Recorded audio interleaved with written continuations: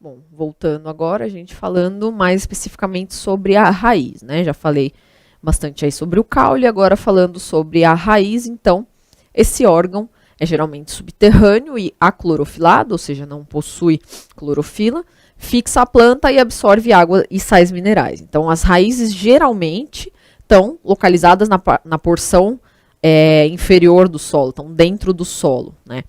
E essas raízes, então, geralmente são aclorofiladas, elas não apresentam clorofila, tá? A função básica delas é fixar a planta bem no solo e absorver a água e sais minerais aí que vai constituir a seiva bruta, né? E por que eu falo geralmente subterrâneos? Porque se vocês lembrarem, na aula lá dos biomas, quando eu falei de manguezais, né? Eu mencionei dois tipos de raízes diferentes, que são as raízes aéreas e as raízes escora, né? Então, as raízes escora, elas saem da planta, da parte superior da planta, então, a parte que está para fora do solo ali, né? E elas vão fazer exatamente essa função de escorar mesmo a planta, né? De fixar ela bem no solo, porque o solo do mangue, se vocês lembrarem, ele é bem lamacento, ele é bem não muito rígido, ele não dá uma estrutura forte ali para a planta poder se fixar, né? Então ele é meio instável. Então essas raízes escora vão fazer exatamente esse papel, esse procedimento de fixar a planta nesse tipo de solo aí, né? E tem as raízes aéreas também que eu falei para vocês, que são outro tipo de raízes que vão acabar saindo do solo, né? Então elas estão ali no solo e elas saem, elas ficam para cima, que serve basicamente para poder pegar oxigênio do meio aéreo aí, do meio ambiente da parte de cima do solo. Por quê? De novo, o solo do mangue, ele é bem denso, né? E pouco oxigenado, pouco aerado. Então, é difícil para as plantas conseguirem, para essas plantas do mangue conseguirem pegar os gases ali, né? Absorver os gases do solo. Então, essas raízes aéreas fazem esse procedimento, tá? Então, por isso que eu falei que a raiz é geralmente um órgão subterrâneo, mas tem essas exceçõezinhas aí que eu mencionei, tá? A gente tem um outro tipo de raiz também, que são as raízes tuberosas, né? Então, elas estão em nabo, cenoura, mandioca e batata, que tem uma função mais específica de armazenar matéria orgânica, né? Então, sempre que vocês forem comer aí nabo, cenoura, mandioca, batata, lembrem que elas são raízes, né? Então, parte subterrânea da planta que faz o armazenamento dessa matéria orgânica produzida lá na fotossíntese pelas folhas. E a gente tem as raízes adventícias, né, presentes em samambaia, milho, cana-de-açúcar, que emergem diretamente do caule ou das folhas, tá? Então, as raizinhas que acabam saindo do caule das folhas também é uma outra exceção aí para essas raízes subterrâneas, né? Aí a gente tem aqui, então, a estrutura meio clássica de raiz, né? Então, regiões dessa raiz aqui. A gente tem a coifa, que é uma proteção, né? Ela protege a extremidade dessa raiz contra micro-organismos e lesões por atrito com o solo, tá? Então, isso daqui é a coifa, né? Essa proteção para o meristema. Então, por quê? A zona meristemática, o meristema, ele é composto, como eu disse para vocês, de células embrionárias, novinhas, né? Então, elas são relativamente vulneráveis, né? São relativamente fraquinhas, vamos dizer assim. Daí a coifa faz essa proteção desse meristema, porque a planta está crescendo para baixo, né? Então, essa raiz está crescendo. Automaticamente está entrando em contato com o solo, né? Contato direto com o solo. Se fosse o meristema em contato direto com o solo, talvez ele não conseguisse resistir muito bem. Mas como tem essa coifa, que é essa zona de proteção, isso daí vai protegendo então o meristema e permitindo esse crescimento, tá? Então é exatamente isso que eu tinha falado. Ó. As células da zona meristemática vão se dividindo continuamente por mitose, o que determina o crescimento da raiz em comprimento, né? Aí a gente tem essas células da zona de distensão ou alongamento, tá? Que vão se distender e contribuir para o crescimento da raiz em comprimento também. Então tem essa zona, o meristema está aqui dentro da coifa, ele vai se dividindo, né? Ele vai aumentando a quantidade de células para a planta crescer longitudinalmente. A zona de distensão, as células vão se alongando para também promover esse crescimento longitudinal da planta, tá? E a gente tem a zona pilífera. Lembra que eu mencionei lá alguns anexos, né, da planta, os pelos, né? Então, para que serve essa zona pilífera? Ela apresenta pelos absorventes que vão ampliar a superfície de absorção da raiz, tá? Porque imaginem, se a raiz fosse só isso aqui, né? Se ela fosse assim, ó.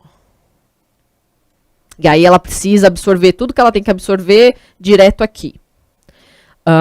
Isso seria uma superfície de absorção. Agora, olhem os pelos aqui, né? Aí vocês imaginam que cada um desses pelos tem uma superfície em volta deles. Então, somando toda essa superfície dos pelos com a própria raiz, a gente tem um aumento muito maior de superfície, né?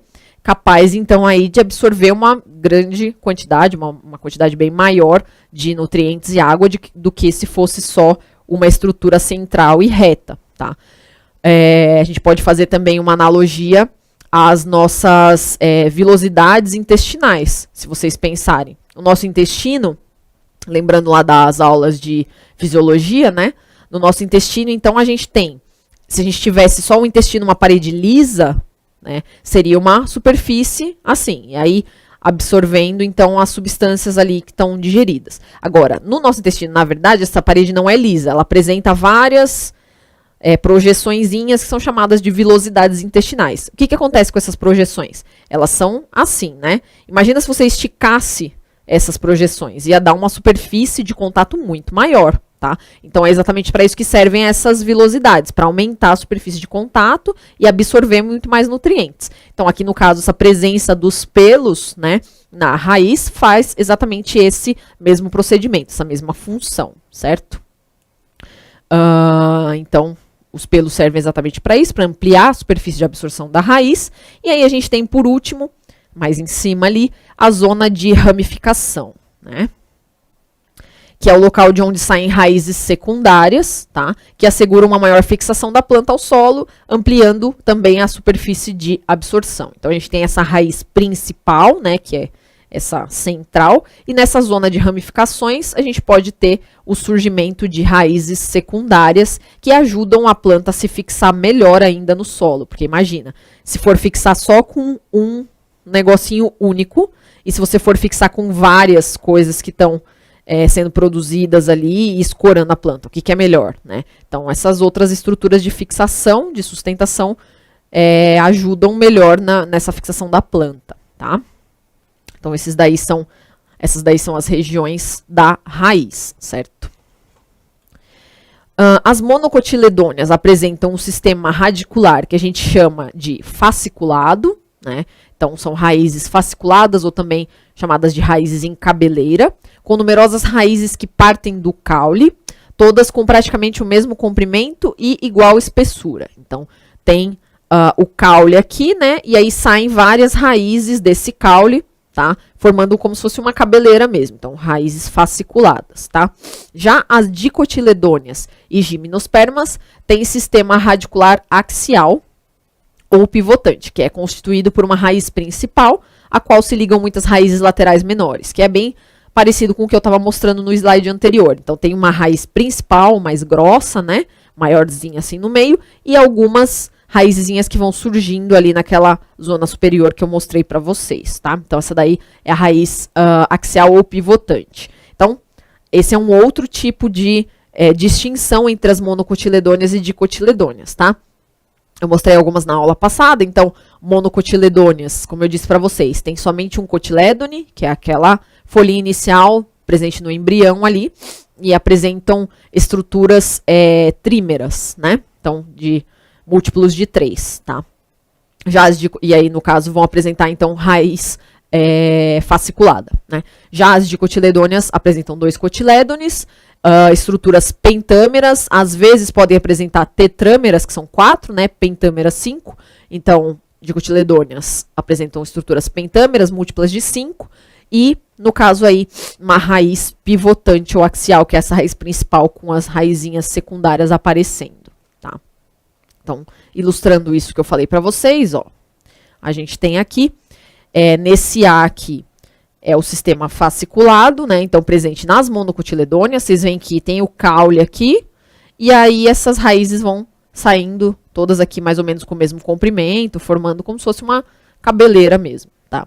E a B, que é o sistema pivotante ou axial, né? A gente tem essa estrutura central, né? E aí, ao longo aqui dessa estrutura central, vão surgindo outras raízes secundárias, tá? Que é o que está sendo mostrado aqui, certo? Então, essa basicamente é a diferença entre os sistemas radiculares de monocotiledôneas e dicotiledôneas, né? Então, o que acontece? A raiz também é revestida pela epiderme e preenchida por parênquima, tá? No qual ficam imersos os vasos lenhosos e liberianos, com disposição alternada. Não formam feixes, tá? Diferente lá do caule, né? Então, lembrem que o caule tinha aqueles feixes de xilema no interior e de floema no exterior. No caso da raiz, já muda um pouquinho de figura, né? Então, esses vasos, eles vão ter disposição alternada, tá? E isso facilita a entrada de água proveniente dos pelos absorventes e saída de matéria orgânica do floema para os tecidos vizinhos. Ao redor da região ocupada pelos vasos condutores, há 2 anéis celulares, né? Que é a endoderme, mais externa, e o periciclo, que é mais interno, né? Do qual se originam as raízes laterais. Então, as células endodérmicas, mais externas, possuem reforços de material impermeável, chamado de suberina ou lignina, tá? Em suas paredes, possibilitando o controle do fluxo das substâncias que passam pela endoderme, tá? Certo? Então, eu vou dar uma pausinha só para tomar uma água e quando eu voltar, eu volto a falar das folhas.